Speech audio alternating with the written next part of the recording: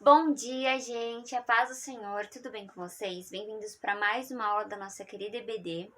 Pessoal, na aula de hoje, nós vamos aprender sobre o tema Por que ninguém me entende nesse mundo? Eu acho que você, assim como eu, já deve ter feito essa pergunta, né? Não sei se verbalmente, na sua mente, só você, né? Sem que ninguém tenha percebido isso, não sei. Mas provavelmente você já deve ter se questionado por que é tão difícil as pessoas te entenderem, né? E para isso, eu quero que você abra, né, no Salmos 139, versículos 1 e 2, que dizem assim: o Senhor me, o Senhor me examina e conhece todas as coisas a meu respeito. Sabe quando me sento ou quando me levanto. Conhece de longe cada um dos meus pensamentos. E a pergunta que eu quero te fazer é: você já teve a sensação de que ninguém te compreende? Né? Para iniciar essa questão, né? Eu sei que eu já falei sobre essa pergunta, mas enfim, você já teve essa sensação de tipo estar perdido, isolado, tipo assim, né, deslocado, né?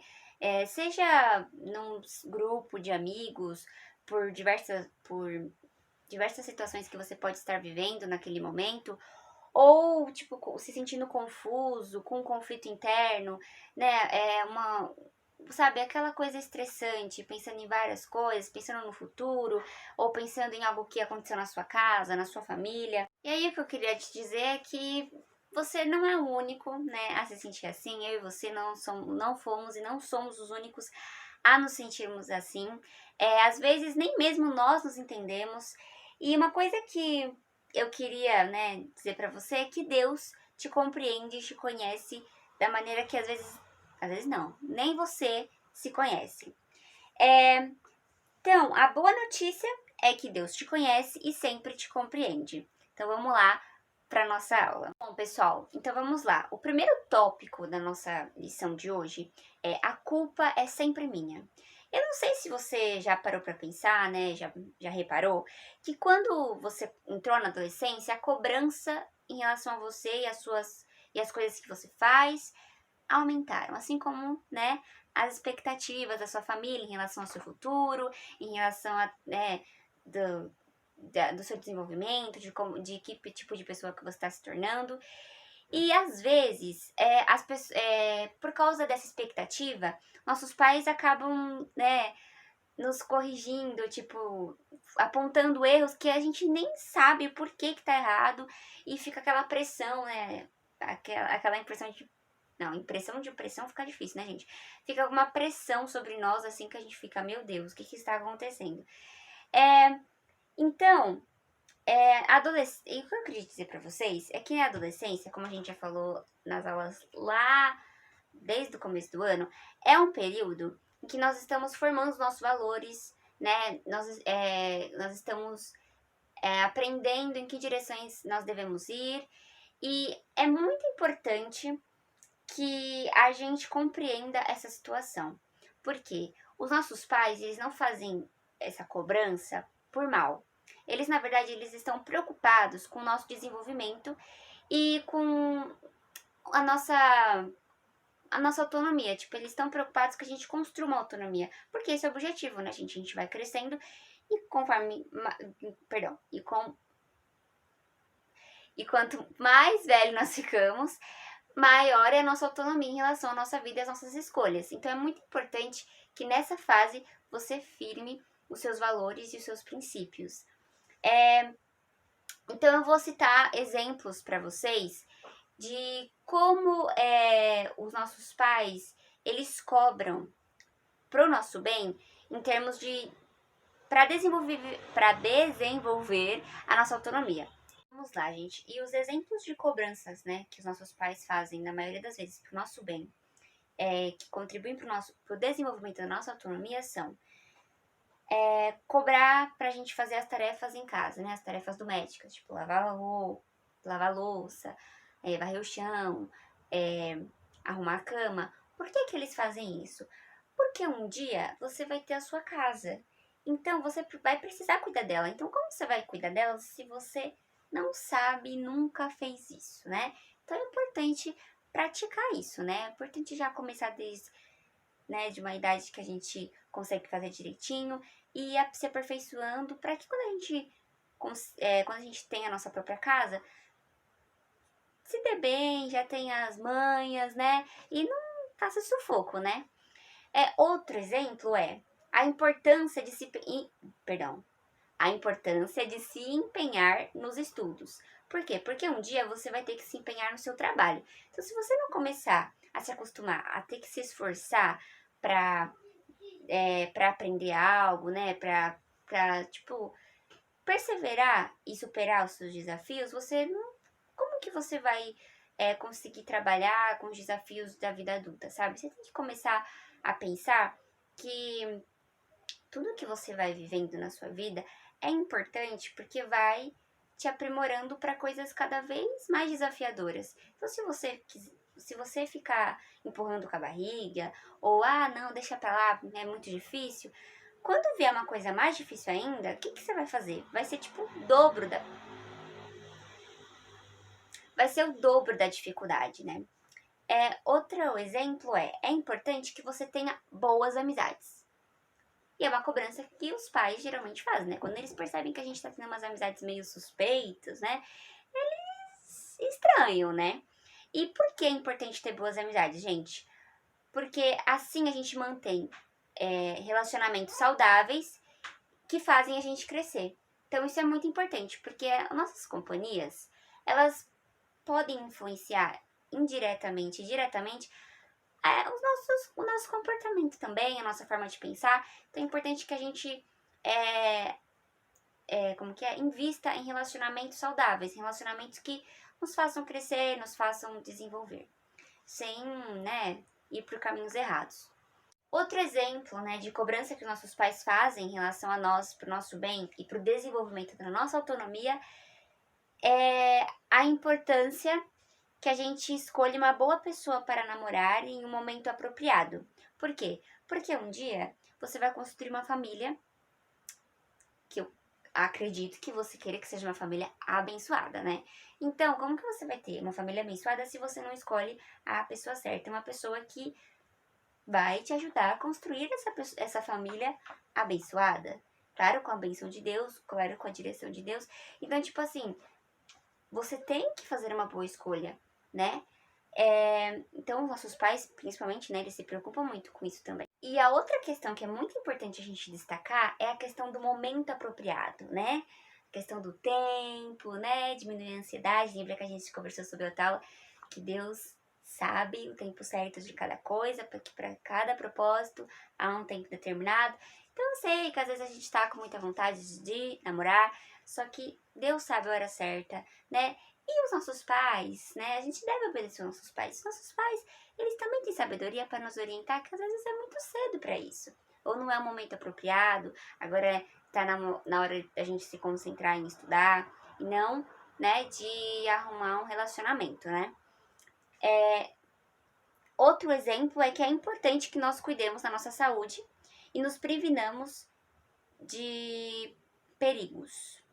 Por quê? Porque a gente não é imune aos males.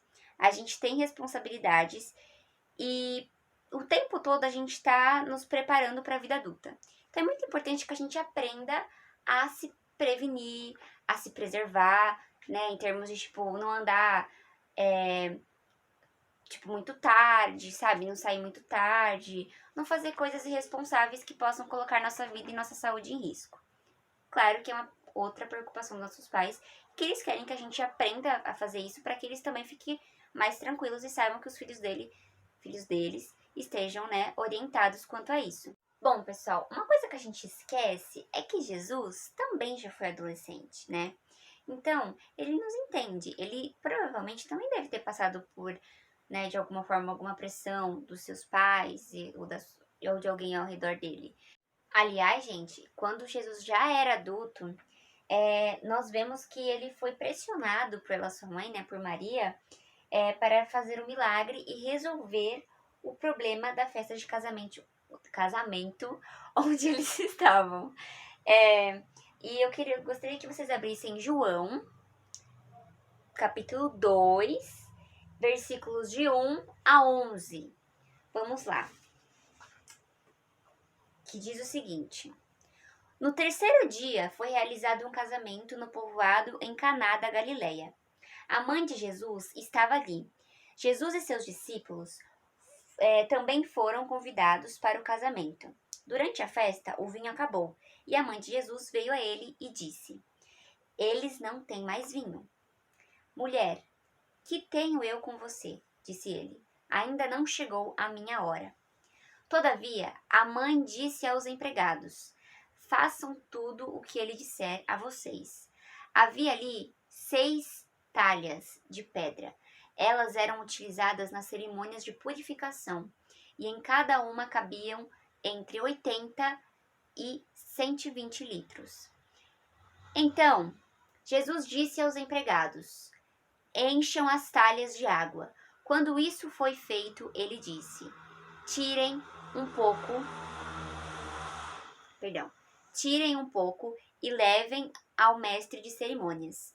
E eles levaram.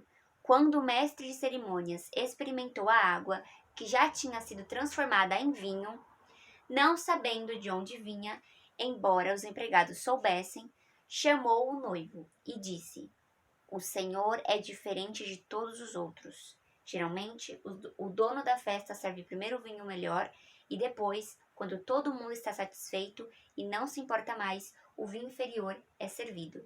Mas o Senhor guardou o melhor para o fim.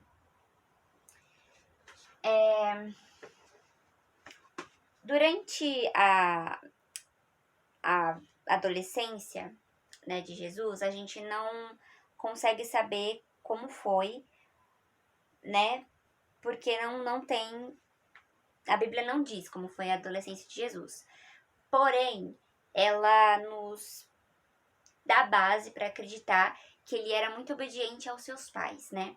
Então, ele crescia em graça diante de Deus e dos homens. Por isso eu gostaria que vocês abrissem Lucas 2, versículo 52, que diz o seguinte: Conforme crescia, Jesus ia crescendo também em sabedoria, e tanto Deus como as pessoas gostavam cada vez mais dele. Então, pessoal, Deus, ele sabe exatamente o que nós estamos sentindo, pelo que nós estamos passando, porém, ele nos ensina que o melhor caminho, independente da circunstância, é a obediência. Devemos obedecer, respeitar os nossos pais. No entanto, às vezes a gente toma atitudes, a gente decide tomar atitudes, né, que, de acordo com a nossa visão, é a melhor coisa que nós poderíamos fazer, a melhor coisa, melhor opção. Ou às vezes a gente sabe que não é. Porém, a gente quer, então a gente arruma justificativa para fazer a nossa vontade, mesmo as pessoas que nos amam falarem para nós, mesmo que as pessoas que nos amam falarem para nós que não é para fazer ou que não é bom, isso e aquilo. Então, pessoal, você estar com vontade de fazer algo, ou você achar que é certo, ou você, de acordo com o seu coração, é a melhor coisa que poderia estar acontecendo com você, isso não como que é? Isso não quer dizer, isso não significa que você está certo. Então, gente, antes, eu vou usar a palavra da revista, as palavras da revista, de você quebrar a cara, ouça aquilo que as pessoas que te amam estão te falando. Considere aquilo que elas falam pra você. Veja, pensa, tipo assim, Deus gostaria que, de acordo com a palavra de Deus, eu estou desobedecendo, sabe? Primeiro que, se os pais falaram não, né? Desrespeitar ele não é a vontade de Deus, certo? Então eu gostaria que vocês fizessem uma coisa que a revista pediu que nós fizéssemos. Vamos lá, vou ler aqui e a gente vai fazer junto, tá? Encoste a palma da sua mão no seu nariz. Você consegue... Peraí, gente, melhor eu não tampar, senão eu não consigo ler, né? Vamos lá. Encoste a palma da sua mão no seu nariz. consegue ver sua mão por inteira e em detalhes? Você consegue ver a sua mão por inteira e em detalhes se você encostar a sua mão no seu nariz? Responda aí. Eu acho que não, né? Eu acho que não. Eu espero que a sua resposta tenha sido não. Mas vamos lá. Agora, vá afastando a sua mão de seu rosto. Faça isso aí. Sua visão sobre ela melhorou? Você conseguiu ligar os pontos? É isso que muitas vezes acontece conosco. Aí vamos ver a explicação. Então vamos lá, né? Ele falou pra gente encostar aqui a mão. A gente não consegue ver ela inteira em detalhes, certo? Mas conforme a gente vai afastando, a gente consegue ver toda a nossa mão nitidamente, em detalhes. Então as coisas ficam mais claras. Mas vamos ver o que a revista, né, traz pra gente como explicação. Às vezes, estamos tão envolvidos com algo que não conseguimos ver bem a situação. Mas quem está de fora enxerga com mais nitidez. Por isso, vale a pena considerar os conselhos dos seus pais, conselheiros e pastores. São pessoas mais maduras, com melhor compreensão de mundo e que te amam e vão te orientar no melhor caminho. Não é à toa que a Bíblia nos diz que aquele que honra seus pais tem seus dias acrescentados, pois quando somos obedientes, nos livramos de muitos males que a princípio não conseguimos enxergar. Então, pessoal, para que nós tenhamos nossos dias acrescentados, vamos obedecer, respeitar, considerar a opinião dos nossos pais e seguir pelo caminho certo, pelo caminho que a palavra nos mostra, né, nos indica. Pessoal, vamos lá para o nosso segundo tópico da aula de hoje, que é sobre compreenda a si mesmo. E eu tô fazendo muito assim. Vamos lá. Você já reparou que nós, ou só você? Não, brincadeira. Que nós, às vezes, a gente fica chateado ou estressado porque ninguém entende a gente? Eu já me senti assim, gente, na verdade. Se duvidar, eu sinto até hoje. Mas enfim. Só que a questão é, às vezes, nem a gente se entende. Então, como é que nós vamos ficar estressados porque alguém não entende a gente se nem a gente se entende? Então, como que eu vou exigir algo de alguém se eu não consigo fazer isso? Então, pessoal, segundo a nossa revista, já está na hora de nós sabermos quem nós somos. Já está na hora, né, de a gente construir a nossa identidade, certo? E para isso, eu gostaria de conversar com vocês um pouco sobre duas passagens. A primeira está lá em Provérbios 27, versículo 19. Vamos lá, Provérbios 27, versículo 19.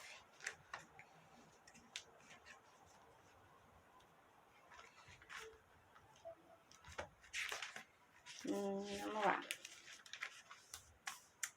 Que diz o seguinte: assim como a água revela a nossa aparência externa, o coração revela quem nós somos por dentro.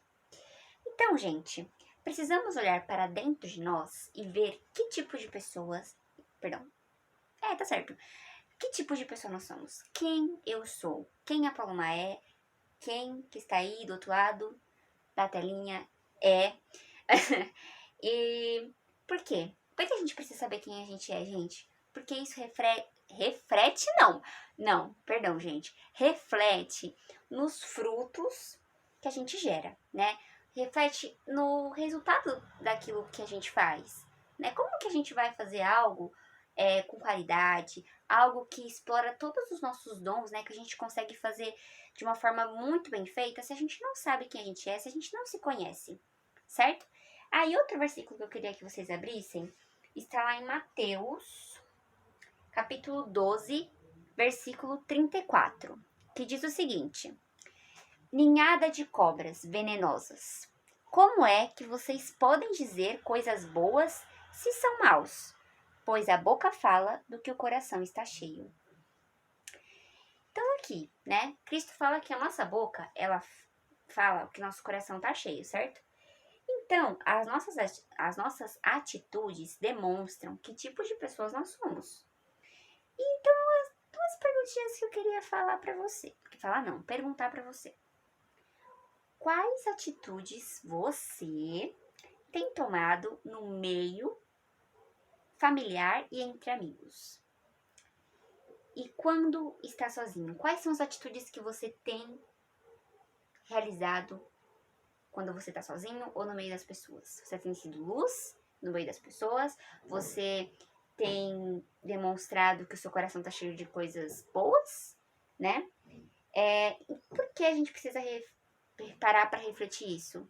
Porque o nosso comportamento ele é essencial para buscar o autoconhecimento, né? Então a gente vai saber, nós vamos nos conhecer melhor, nós vamos saber aquilo que nós devemos melhorar, aquilo que nós devemos continuar fazendo, por meio dos nossos comportamentos, né? Se a gente parar para pensar e refletir sobre cada coisa que a gente tem falado, feito no meio das pessoas e sozinho, a gente vai conseguir ver a nossa situação e se conhecer melhor. E com isso, criar uma identidade. Bom, pessoal, de forma geral, a gente tende a olhar mais para os outros do que para nós. Então, a gente se torna mais crítico em relação ao próximo do que a nós mesmos, né?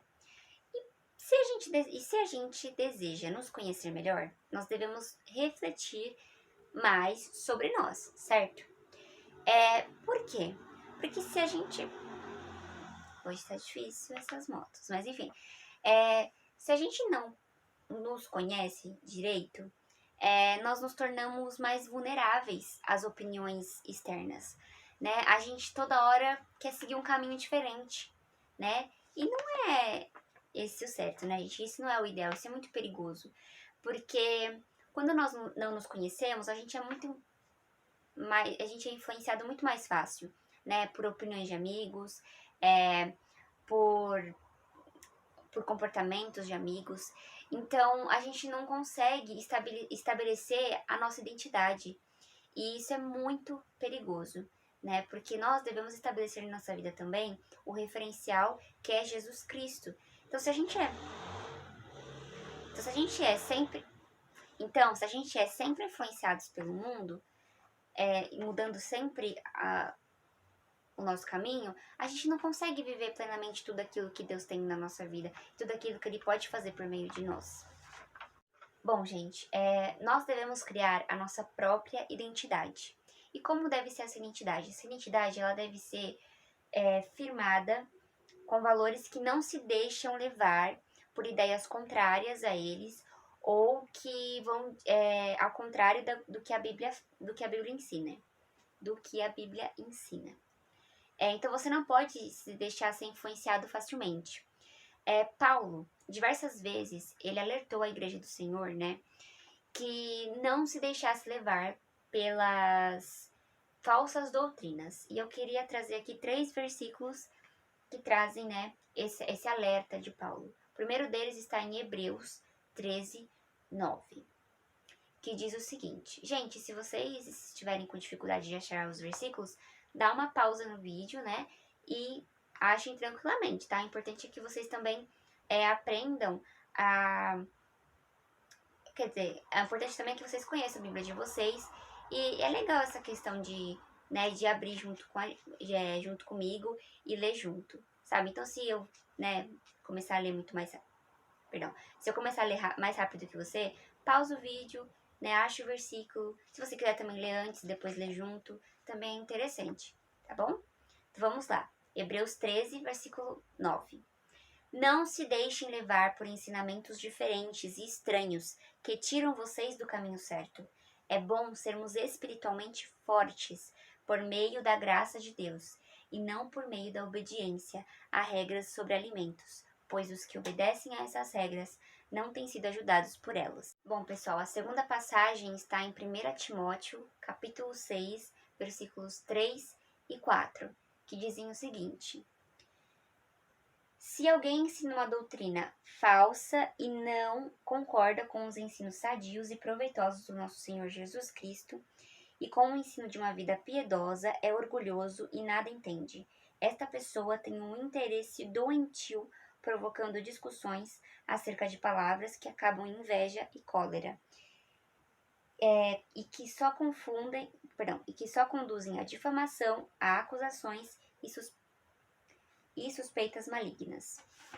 O terceiro versículo, né, que diz sobre esse alerta, né, as falsas doutrinas, está em 2 Timóteo 2:21, que diz o seguinte: quem se purificar de todos esses erros de que tenho falado será usado para fins especiais, porque é dedicado e útil ao seu mestre e está pronto para fazer tudo o que é bom. Bom, pessoal, o terceiro versículo que eu gostaria de ler com vocês, né, sobre o alerta de Paulo às igrejas, né, sobre as falsos ensinos, né, falsas doutrinas, está lá em Romanos 16, versículo 17, que diz o seguinte: e agora tenho mais uma coisa a dizer-lhes, antes de terminar esta carta.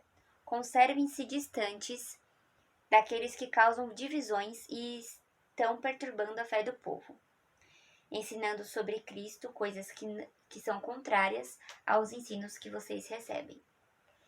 Gente, muitos adolescentes, eles deixam a sua fé em Cristo por causa das ideias dos amigos em relação à Bíblia, em relação ao que eles pensam sobre Cristo, e enfim. Bom, gente, o que isso mostra? Isso mostra que eles estão vulneráveis em seus princípios e que eles abriram mão de si mesmos, sabe? E a Bíblia, ela é clara quanto a essa questão de abandonar, né, os princípios. Eu gostaria que vocês abrissem em Efésios 4, 14 a 15, que diz o seguinte: então não seremos mais como crianças, sempre mudando nossa ideia a respeito daquilo que cremos, porque alguém nos disse uma coisa, diferente ou habilmente nos mentiu e fez que a mentira soasse como verdade.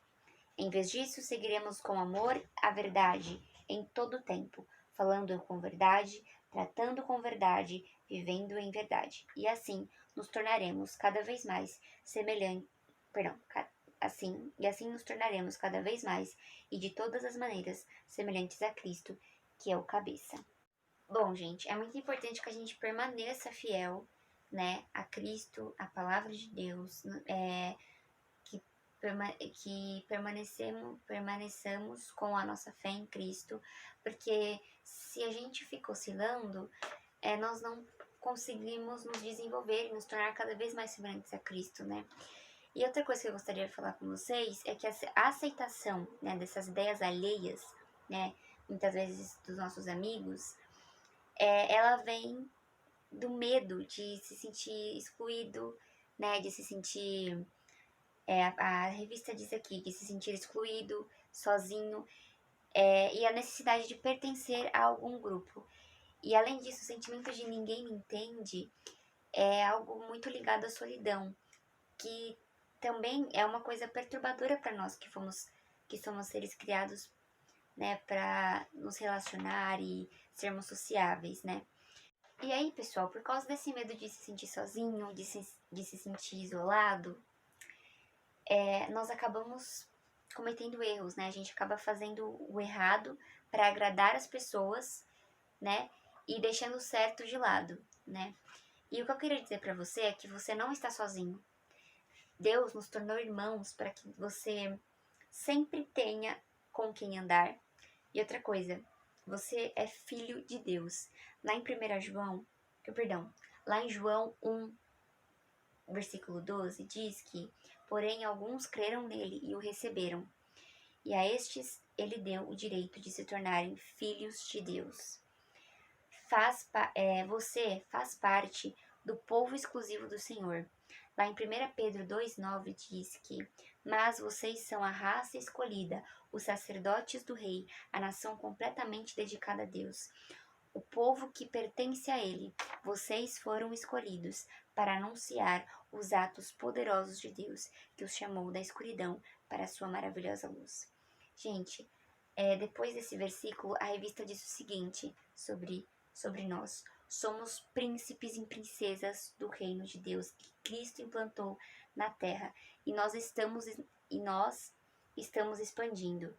Entenda quem você é e comece a agir como tal. Então, você perceberá que essa frase, ninguém me entende, né? Ninguém me entende, não vai mais fazer sentido em sua vida. Não vai mais fazer muito sentido em sua vida.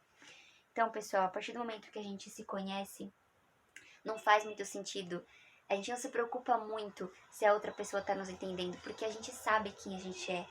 A gente está firme nos nossos valores e naquilo que é aquilo que está definido dentro de nós.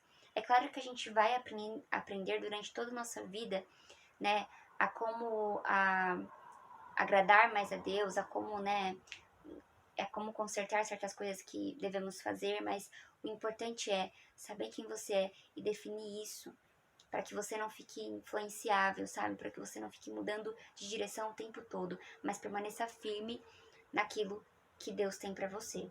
Então, pessoal, não se esqueça de obedecer os seus pais, de lembrar que Deus te conhece melhor do que ninguém e que tudo isso é um processo para o seu bem, para você se autoconhecer, para você não ser vulnerável e ficar mudando de caminho, de rota o tempo todo, mas sim para que você se centralize e foque na verdade, tá bom?